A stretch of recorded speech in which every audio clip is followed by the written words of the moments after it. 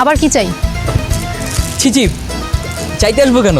আমি তোমার বয়ফ্রেন্ড, আমি তো তোমাকে দিতে এসেছি। কি দিতে এসেছেন? এই যে গিফট, এটা আমি, এটা তুমি। আজকে আমাদের রিলেশনের দ্বিতীয় দিন না, তাই তোমার জন্য গিফট নিয়ে এসেছি। শুনেছি নতুন নতুন রিলেশনশিপে গেলে গার্লফ্রেন্ডকে গিফট দিলে গার্লফ্রেন্ড খুশি হয়, তাই আর কি। আমি তো খুশি হচ্ছি না। আমি কি আমার মুখ দিয়ে আপনাকে একবারও ভালোবাসা শব্দটা বলেছি? আহা, বলতে হবে কেন? মেয়েদের বুক ফাটে কিন্তু মুখ ফোটে না। ভালোবাসার কথা সরাসরি আমাকে বলতে না পেরেই তো চিঠিতে লিখে পাঠিয়েছিলে।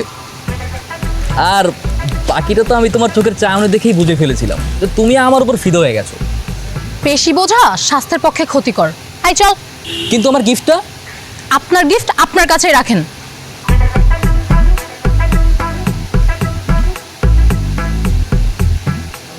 আচ্ছা শোন, তুই একটু দাঁড়া, আমি একটু আসছি। গিফটটা নিল না, এত কষ্ট করে কিনলাম। কই যায়? ভাইয়া, আপনি না এগুলো আমাকে দিয়ে দেন, আমি ওকে দিয়ে দিব। হ্যাঁ সত্যি তুমি পারবে? হ্যাঁ আমি পারবো। Thank you so much. কি করতেছো? দিয়ে দিও কিন্তু।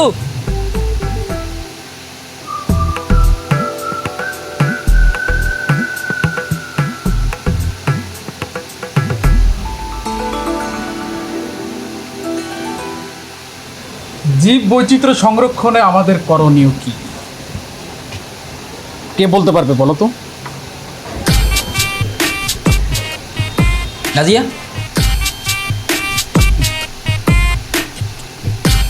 কি ব্যাপার? তুমি আমাকে কলেজের পিছনে ওয়েট করতে বলে নিজেই এখন ক্লাস করছো? হাই, তুমি কোন ক্লাসে? স্যার এক মিনিট। তুমি আমাকে বললা যে স্যারকে ওয়াশরুমের বাহানা দিয়ে আমার সাথে দেখা করতে আসবা। কই? আমি তোমার জন্য আধা ঘন্টা যাবত ওয়েট করছি। শোনো, এইভাবে চলতে থাকলে আমি কিন্তু তোমার সাথে রিলেশন কন্টিনিউ করতে পারবো না। I am really so sorry. Nazia, stand up.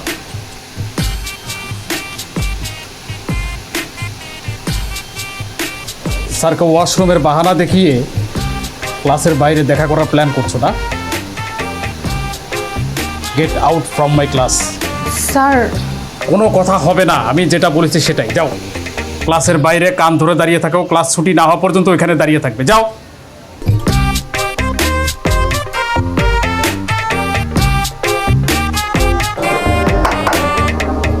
সবাই এদিকে খেয়াল করো। হ্যাঁ, কি যেন পড়াচ্ছিলাম তোমাদেরকে?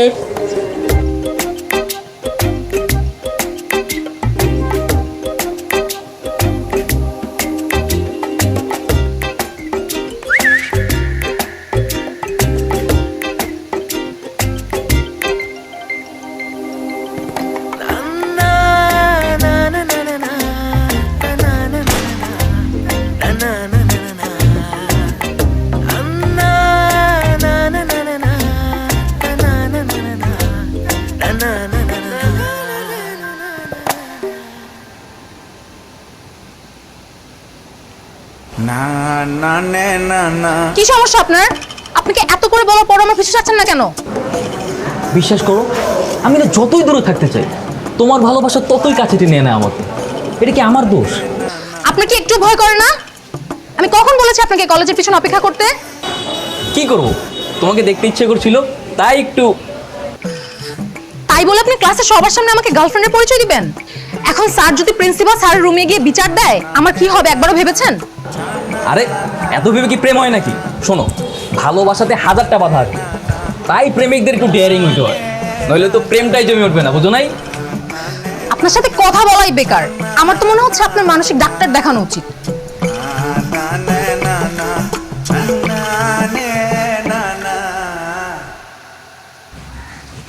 কিরে, কি কথা হলো তোদের মধ্যে? দোস্ত, তুই প্লিজ আমাকে এই ঝামেলা থেকে বাঁচা। কেন, কি হয়েছে? কি হয়েছে তুই বুঝতেছিস না? এভাবে চলতে থাকলে কবে যেন প্রিন্সিপাল স্যার আমাকে ডেকে নিয়ে টিসি দিয়ে দেয়। তার মানে তুই সত্যি সাকিব ভাইকে লাভ লেটারটা দিসনি? আরে আমি কেন ওনাকে লাভ লেটার দিতে যাব? আমার কপালটাই খারাপ, কলেজে পা রাখতে না রাখতেই একটা ঝামেলা ঘাড়ে এসে পড়েছে। তবে যাই বলিস, সাকিব ভাই কিন্তু অনেক হ্যান্ডসাম আর ডেয়ারিং। তুই তো স্কুল লাইফ থেকে চাইতি একটা ডেয়ারিং ছেলের সাথে কলেজে উঠে প্রেম করবি। এখন তো মেঘনা চাইতেই বৃষ্টি। দেখ, তুই পটানোর আগেই সাকিব ভাই পটে বসে আছে। তা আই লাভ ইউ টুটা বলে সামনে আগাস না।